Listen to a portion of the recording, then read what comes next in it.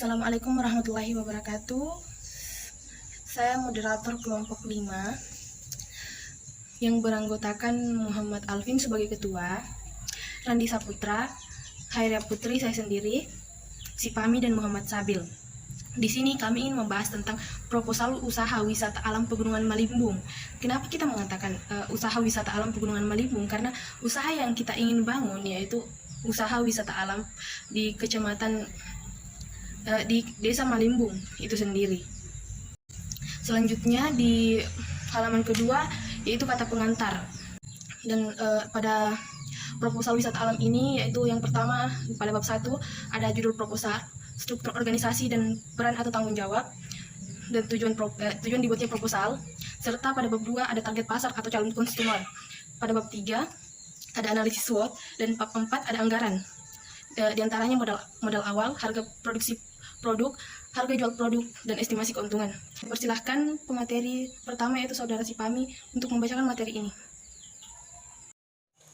Terima kasih atas kesempatan diberikan kepada saya. Baiklah, di sini saya akan mempresentasikan proposal kami, yaitu bab 1. Adapun menu di bab 1 yaitu yang pertama, judul proposal. Adapun judul proposal yang kami buat yaitu Wisata Alam Pegunungan Malimbung. Kenapa kami mengambil judul proposal Wisata Alam Pegunungan Malimbung? Karena seperti yang kita ketahui sekarang ini, banyak sekali usaha-usaha yang ada di sekitar, seperti penjual bakso, batagor, nasi goreng, mie ayam, tahu isi, dan banyak usaha-usaha yang lain. Jadi prinsip kami di sini, bagaimana usaha kami dapat berbeda dengan usaha yang ada di sekitar. Adapun pemilik usaha yaitu kelompok 5, kami semua. Adapun ketua yaitu Muhammad Alvin yang berperan yang memberikan arahan bahwa begini dan begitu. Untuk itu dia yang mengelola dan merancang bagaimana usaha ini nantinya akan dibangun, bagaimana usaha ini akan dirancang, mungkin seperti itu. Yang kedua, adapun sekretaris yaitu Khairia Putri yang bertugas sebagai pengelola data sekaligus sebagai asisten ketua. Adapun bendahara di sini yaitu saya sendiri, yaitu Sipami, yang bertugas sebagai pelapor keuangan dan pengelola keuangan. Adapun industri pemasaran wisata yaitu Randi Saputra yang bertugas sebagai promosi dan pemasaran, dan bertugas sebagai daya tarik wisata. Bagaimana Randi Saputra ini berperan untuk bisa menarik pelanggan, untuk bisa menarik orang-orang untuk bisa mengunjungi usaha kami ini. Adapun industri pengawasan yaitu Muhammad Sabil yang bertugas sebagai keamanan dan bertugas sebagai pemanfaatan peluang. Jadi itulah tadi organisasi dalam usaha kami ini.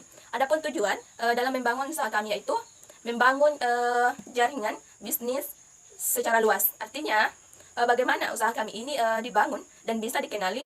Oke, kita masuk di bab 2 yaitu target pasar atau calon customer. Wisata yang akan kami jalankan akan ditawarkan melalui yang pertama, brosur. Bagaimana kita mempromosikan melalui brosur? Kita membagi-bagikan brosur kepada masyarakat dengan tujuan agar usaha yang akan kami jalankan ini bisa dikenali lebih banyak orang, dan bisa dikenali bahwa di tempat ini terdapat wisata alam yang indah. Yang kedua yaitu melalui door to door atau mulut ke mulut. Artinya kita bercerita, kita bertemu langsung kepada masyarakat untuk memberikan peluang, untuk memberikan arahan bahwa kita membangun usaha kami ini, wisata alam ini dengan yang indah, dan bisa bagaimana masyarakat yang tadi ini bisa mempersebarluaskan bahwa berita bahwa di sini terdapat tempat wisata alam yang indah. Yang ketiga yaitu media sosial. Seperti yang kita ketahui sekarang ini, hampir seluruh warga Indonesia menggunakan media sosial sebagai mata pencaharian atau sebagai penyebaran informasi. Adapun target pasar kami yaitu warga sekitar, remaja yang suka alam terbuka, mahasiswa pencipta alam, atau disebut mapala. Yang keempat, remaja pengguna media sosial aktif atau pasif. Yang kelima, masyarakat pencipta hiburan. Itulah materi yang saya bawakan tadi. Salah dan kurangnya mohon dimaafkan. Terima kasih. Assalamualaikum warahmatullahi wabarakatuh. Saya kembalikan kepada moderator. Baik, terima kasih atas materi yang dibawakan oleh teman kita. Saya lanjut kepada pemateri selanjutnya. Baik, terima kasih kepada moderator atas waktu yang diberikan kepada saya. Pada kesempatan kali ini, saya akan membahas bab 3, yaitu analisa SWOT.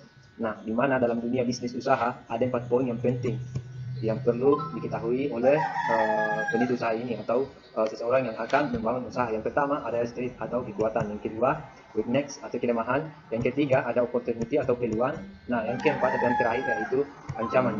Nah, di mana di sini perlu kita ketahui bahwa strength itu atau kekuatan itu seperti apa. Nah, di sini ada beberapa poin, ada 3 poin yang akan saya jelaskan. Yang pertama yaitu kita harus bisa melihat tempat dalam membuat sebuah usaha, apakah tempatnya terjangkau oleh baik itu jaringan, kemudian penduduk atau penduduknya nanti apakah bisa stabil atau tidak. Nah, di sini kita perlu menganalisis tempat supaya bisa berdasarkan nanti menjalankan usaha kita, apa yang kita harapkan itu yang sesuai. Yang kedua yaitu menyediakan pesona alam yang sejuk dan juga lingkungan masih terjaga. Nah, di mana kebersihan menjadi prioritas utama kami dalam usaha pembangunan ini, dikarenakan hal ini berpengaruh pada kesehatan tentunya bagi pengunjung. Yang ketiga yaitu biaya yang relatif murah bagi pengunjung. Nah, untuk tarif biaya sendiri kami sesuaikan dengan perekonomian yang ada di sekitar tempat usaha kami ini, mengingat masyarakat yang ada di sekitaran daerah usaha kami ini tergolong lebih banyak atau notabene sebagai petani. Nah, untuk nextnya sendiri atau kelemahannya ada beberapa poin. Yang pertama itu sedikitnya paket wisata yang ditawarkan, di mana wisata yang kami tawarkan ini paketnya terbatas, mengingat kami baru mulai dari awal. Kemudian fasilitas sebagai penunjang atau bahan menarik wisatawan masuk ke tempat kami itu mungkin masih terbatas. Tetapi di sini kami akan berusaha membuat sebuah karya, ya, di mana karya ini mampu dilirik oleh masyarakat setempat maupun masyarakat yang ada di luar daerah tersebut. Yang kedua yaitu membutuhkan tenaga untuk mengawasi tempat agar tetap aman, di mana di sini tujuan kami memberikan poin ini agar nantinya usaha yang kami jalankan ini tidak dipengaruhi oleh orang-orang yang tidak bertanggung jawab maupun remaja-remaja yang akan melakukan hal-hal yang tidak baik pada fasilitas yang sudah kami sediakan. Dan kemudian tujuan daripada pengamanan tempat ini supaya orang tidak sembarang atau tidak sembrono dalam melakukan aktivitas atau kegiatan yang ada di dalam pada saat berkunjung ke tempat wisata kami. Yang kedua itu pembangunan yang dilakukan secara bertahap. Dan di sini mengingat usaha yang kami jalankan ini istilahnya baru awal. Nah, di sini menjadi kelemahan kami atau mungkin masih beradaptasi dengan keadaan apa-apa saja yang diperlukan oleh pengunjung. Nah, itu yang kami akan usahakan untuk mengadakan di tempat itu. Yang ketiga yaitu masuk kepada peluang atau opportunity. Nah, di sini kami melihat lokasi cukup strategis dan mudah dijangkau oleh masyarakat. Nah, ini yang menjadi peluang kami karena akses untuk menuju ke tempat wisata kami ini cukup bagus, bisa dengan kendaraan roda 2 maupun berjalan kaki. Dalam artian kita lihat mahasiswa sekarang itu pecinta alam lebih suka berjalan kaki, dan akses untuk jalan menuju ke wisata tersebut itu cukup stabil dan aman. Kemudian jaringan internet di lokasi yang cukup baik. Nah, di sini kalau semuanya wisatawan yang berkunjung ke tempat kami bisa melakukan internetan, dalam artian untuk masalah jaringan itu tidak ada kendala, kata mengingat tempat yang kami tawarkan ini masih terjangkau atau jaringannya masih bisa mengakses internet baik seperti Facebook, kemudian WA dan lain-lain sebagainya. Kemudian yaitu mengikuti perkembangan tren anak muda yang menyukai alam terbuka, di mana kami menyesuaikan keadaan atau kaum milenial yang lebih suka dan cenderung kepada alam, dalam artian ingin mengetahui atau lebih kepada pada saat mereka libur itu lebih suka berlibur ke tempat-tempat seperti di gunungan maupun wisata-wisata yang lainnya. Kemudian kemajuan teknologi memungkinkan untuk menyajikan informasi secara cepat. Nah, di sini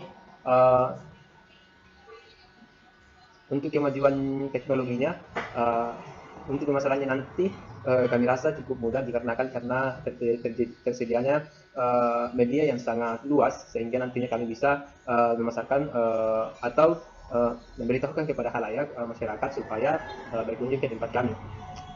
Yang kedua, yang keempat yaitu trade atau ancaman, atau ini poin yang terakhir perlu juga diperhatikan, terutama yaitu situasi perekonomian masyarakat yang tidak stabil menyebabkan kurangnya pengunjung.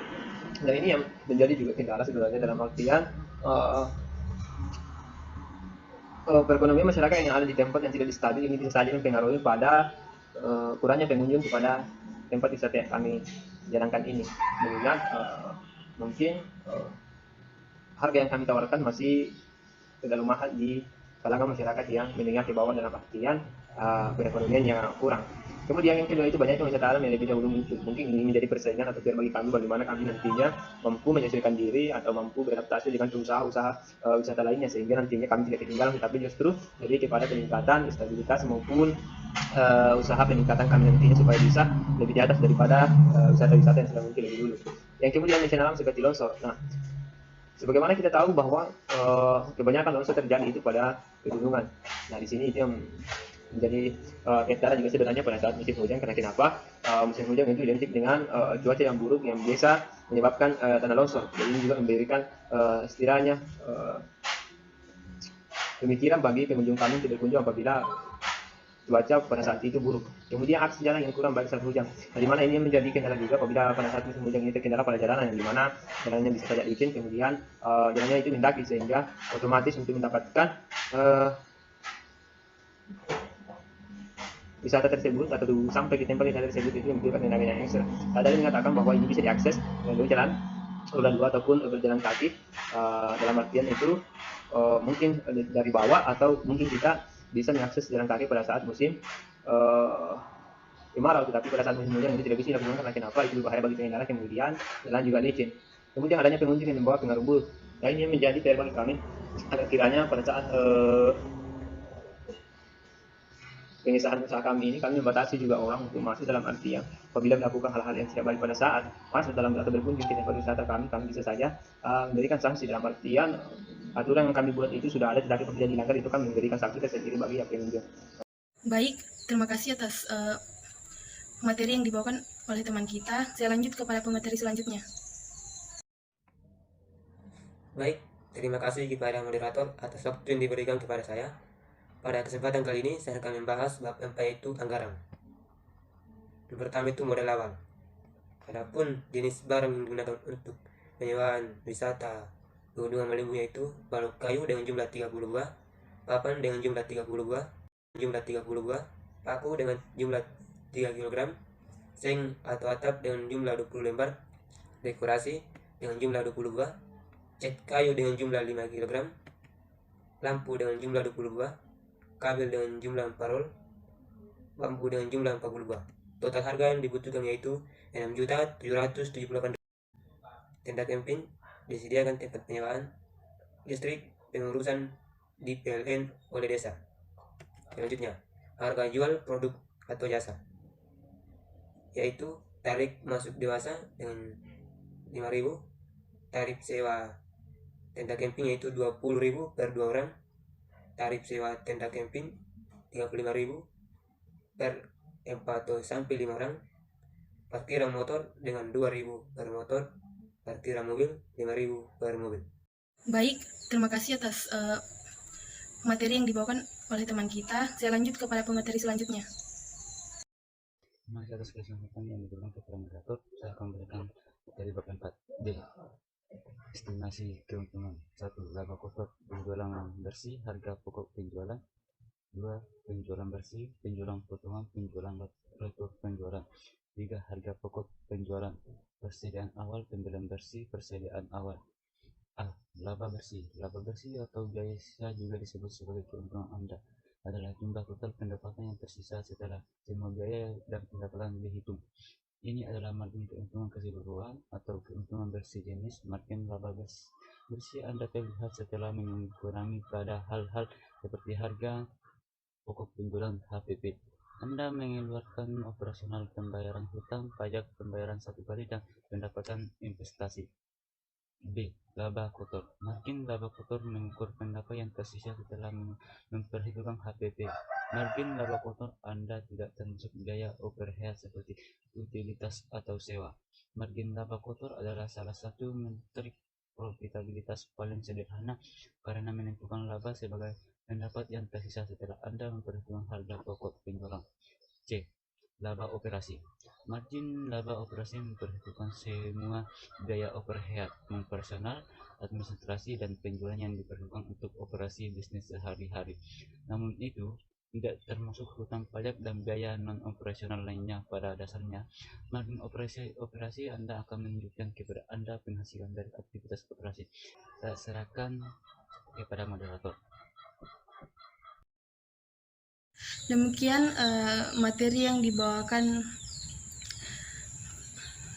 oleh kelompok kami. Lebih dan kurangnya mohon dimaafkan. Wabillahi taufiq wal hidayah. Wassalamualaikum warahmatullahi wabarakatuh.